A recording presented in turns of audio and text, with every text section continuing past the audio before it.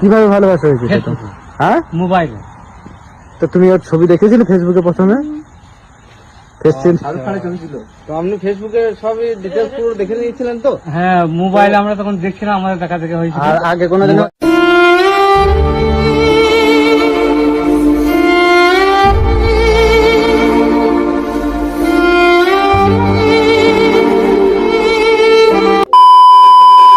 Hello guys, this is eyes of Deepto and welcome to another new episode of রিলসের ঝলক। চারপাশে ছড়িয়ে ছিটিয়ে আছে অসংখ্য কিছু রিলস, তবে এর মধ্যে এমন কিছু কিছু রিলস আছে যেগুলো দেখলে আপনি যে বিনোদন পাবেন তা হয়তো একটি মুভিতেও আপনি পাবেন না। ইস, কি মনে হচ্ছে আমি মিথ্যা কথা বলছি? না না, আমি কখনো কোনো মিথ্যা কথা বলি না। কারণ হচ্ছে এই এলাকার মধ্যে আমার একটা নাম ডাক সব কিছুই আছে, আর আমি মিথ্যা কথা তো বলি না। আর মিথ্যা কথা কি সেটাই আমি জানি না, তো মিথ্যা কথা আমি বলতেই পারি না। হ্যালো বাবা। আমি না আসা পর্যন্ত পড়াতে উঠবে না কিন্তু। আরে না না, তুমি কোনো চিন্তা করবে না, কারণ হচ্ছে আমি তো একদম ভালো একটা ছেলে। আমি এখনো পড়তেছি আর এখনো পড়তেই থাকবো। আমার খাবার দাবার কিছু লাগবে না, শুধু পড়বো আর পড়বো। আমি ফাইসা গেছি, আমি ফাইসা গেছি।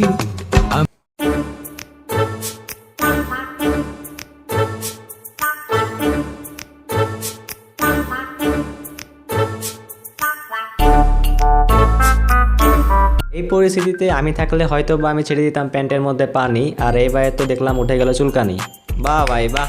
ওয়াটারকোট মেকআপ, হ্যাঁ ওয়াটারকোট মেকআপ, ওয়াটারকোট হ্যাঁ, মেকআপের নাম কই পারি না। মেকআপের নাম বলতে পারেন না, ভালো কথা। তাই বলে কি মানুষকে এভাবে ভুলভাল নাম শোনাবেন? মেয়েরা মেকআপ করে তা জানতাম, কিন্তু ওয়াটারকট নামে যেটা মেকআপ আছে সেটা জানতাম না।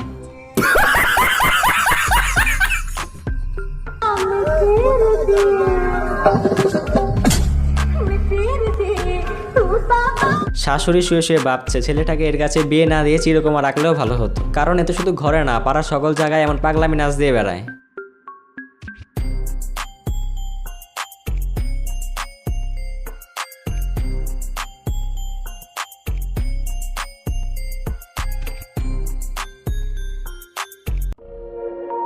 আর এইসব নাচ দেখে আশেপাশে মানুষেরা যা বলে টুকটাক কিছু কথা আসে শাশুড়ির কানে, আর সেই থেকে শাশুড়ির মনে একটা কথাই চলে, এরকম বউ আনার থেকে ছেলেকে চিরকুমার রাখাটাই মনে ভালো হতো। অন্তত পক্ষে এই পাগলামি ছাগলামি থেকে মুক্তি পাওয়া যেত।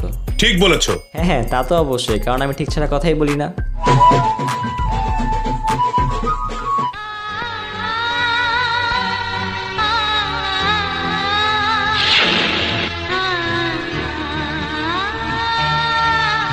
শীত মানেই বিয়ে, আর বিয়ে মানেই শীত। শীতকালে আর কিছু হোক আর না হোক, মানুষের বিয়ের একটি ধুম পড়বেই। তবে সরকারি চাকরি ছাড়া এই ধুমে যোগ দেওয়া প্রায় অসম্ভব একটি জিনিস, যা এই কাকুকে দেখলেই বোঝা যায়। তবে সবার কাছে হাত জোর করে বলছি, এই ভিডিওটি দেখিয়ে সবাইকে কষ্ট দেওয়ার কোনো ইচ্ছেই আমার ছিল না, কিন্তু সরকারি চাকরি না করলে এরকম কষ্ট পেতেই হবে। কিছু করার নেই, এটাই বাস্তব।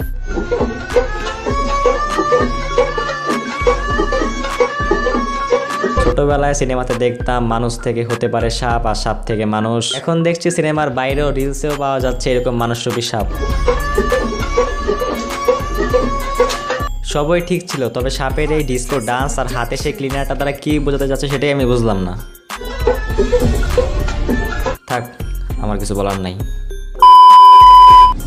আমি তোমার কথা বলবো কেমন করে, তো বন্ধ করলে তো তোমার কথা মনে করে।